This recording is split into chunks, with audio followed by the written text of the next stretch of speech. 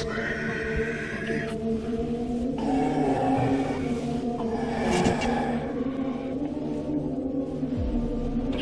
Go back to sleep. You still have 10 minutes. Go back to Bismillah.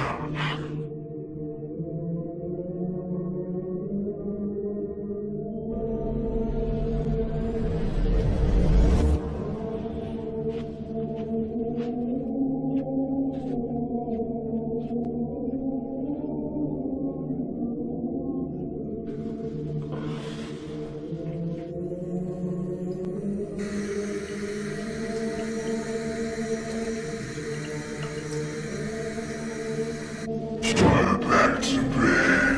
It's so cold. Do you really want to pour it on yourself? Euzubillahimineşşeytanirracim.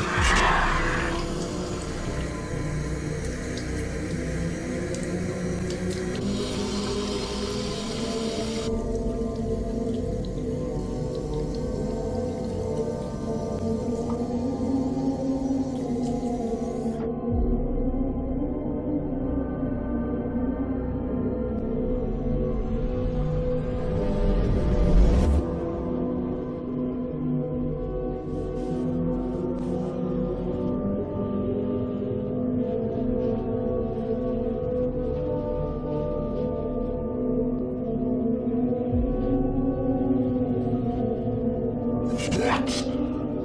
You can't do this. And you have 2 hours left of sleep. You have to be up by 8 o'clock. Did you message Jessica? Allahu Akbar.